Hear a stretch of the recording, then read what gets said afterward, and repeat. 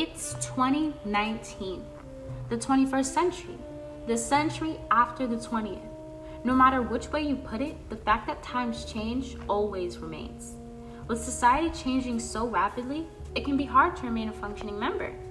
And belonging to a different demographic can influence how you deal. So, here's the thing. I am African American, a descendant of slaves in America, aka ADOS. ADOS people in America deal with the effects of institutionalized racism every single day. I mean, you have redlining, profiling, police brutality, inadequate educational facilities, underrepresentation. Like seriously, I could go on for a millennium. That is why it's crucial for us African Americans to have safe haven like this one. Ah, yes, look at it, bask in its beauty. Okay, so it may not look like much to you, but this has been my home away from home. This building represents a lifetime of my life and energy, not only putting into this building, but putting into Islam in America, period. But this building in particular, this is my home. This is my spiritual home. So when I come here, it's not like that I'm coming to another place. It's just an extension of my home. In fact, many times, even when I might feel a little tension at home, I'll come here to find peace. So this building is a part of me. I love it. I love its history. I love what it represents. I love the community that occupies the space. More so than the space, I love the community. And I love the people. It's just my home and my family. So I can't disconnect this building and the community from my home and family. It is called Masjid Abdul Muqsi Khalifa, located in Bed-Stuy, Brooklyn. Opened in 1962 by yours truly, Malcolm X, and has been a functioning community and school ever since. I've been attending this school since pre-K until I graduated in 8th grade. There are so many Muslim African American trailblazers in this masjid that have contributed so much to events that take place, such as Eid al-Fitr, Eid al-Adha, Family Fun Friday, school bake sales, pre-Ramadan breakfasts, and countless others to name. Meet a few members that would like to talk about their contributions and role in this community. My name is Sheikh Rashid Mukashfi.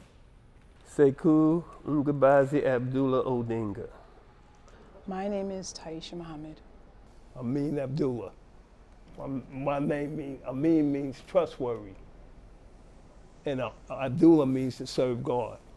So actually my purpose of living is to serve God. How do I promote community life? Well, I've been an activist most of my life. I was part of the Black Panther Party movement.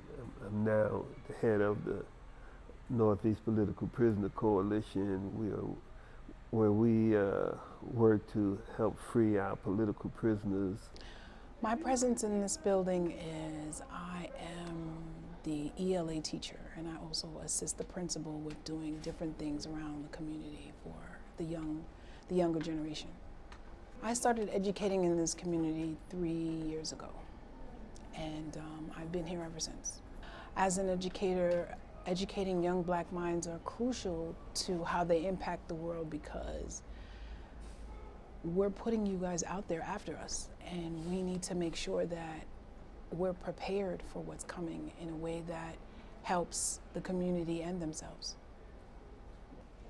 My job here is I do security. I feel real comfortable doing it. I don't do it for the money. I do it to protect the women and children. Okay, now, fashion. Fashion in Brooklyn is vital to self-expression. Being Muslim and assimilating into Brooklyn culture while still remaining modest is a challenge, especially for the females who promote modesty through covering hair and modest clothing. Yes, it is possible to be styling and profiling while being covered. Let's take a look at how this trailblazer deals with fashion. The word fashion to me means definitely cultural adventure, and it's the seasoning of your look, the spice that you give your clothing, and it shows your individuality. I have been in a few fashion shows, and the way that I maintain my Islam wherever I go in terms of showing it is that I do not wear certain outfits, and I do not, certain designers I don't model for because I know that they're a little too risque, and I want to make sure that, you know, we're represented as Muslims and in fashion and as a model.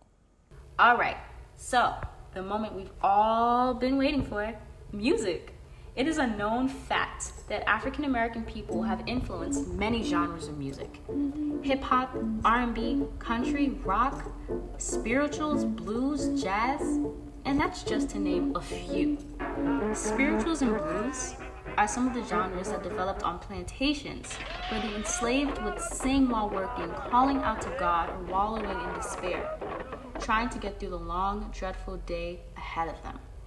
Some trailblazers in this category are the notorious B.I.G., James Brown, Get Down, Jimi Hendrix, Michael Jackson, the Jackson 5, Curtis Mayfield, Rakim and Eric B., Stephanie Mills, Alicia Myers, Gladys Knight, Public Enemy, Houdini, Tupac, Run DMC, Mobb Deep, Wu-Tang, Davies, Missy Elliott, Naughty by Nature, Nas, Dr. Dre, Eazy-E, Ice Cube. Okay, I promise, I'll stop now. Well, so bringing Muslim and African American culture is a heavy influence in this masjid. Here are some of the community members that shared their views and how they identified with African American music. I happen to love hip hop myself. I find that the present day hip hop, it took me a while to get used to it, but now that I'm used to it, I could roll with it. But I still prefer the hip hop of the 80s, 90s, and possibly the early 2000s. I think the best decade of hip hop was the 90s, personally. Now, I brought up a few people, but countless faces haven't been mentioned. There are all of these people in this community that truly make it one. A place where we can relate and congregate is the major key to stability, whether it be mental, spiritual, or even physical. This community personally has done so much for me. I received an education here. I made friends that I'm gonna have for a lifetime. And many other young people in this community have the potential to impact this world in a greater way. We just have to give them a chance. And this community is our haven.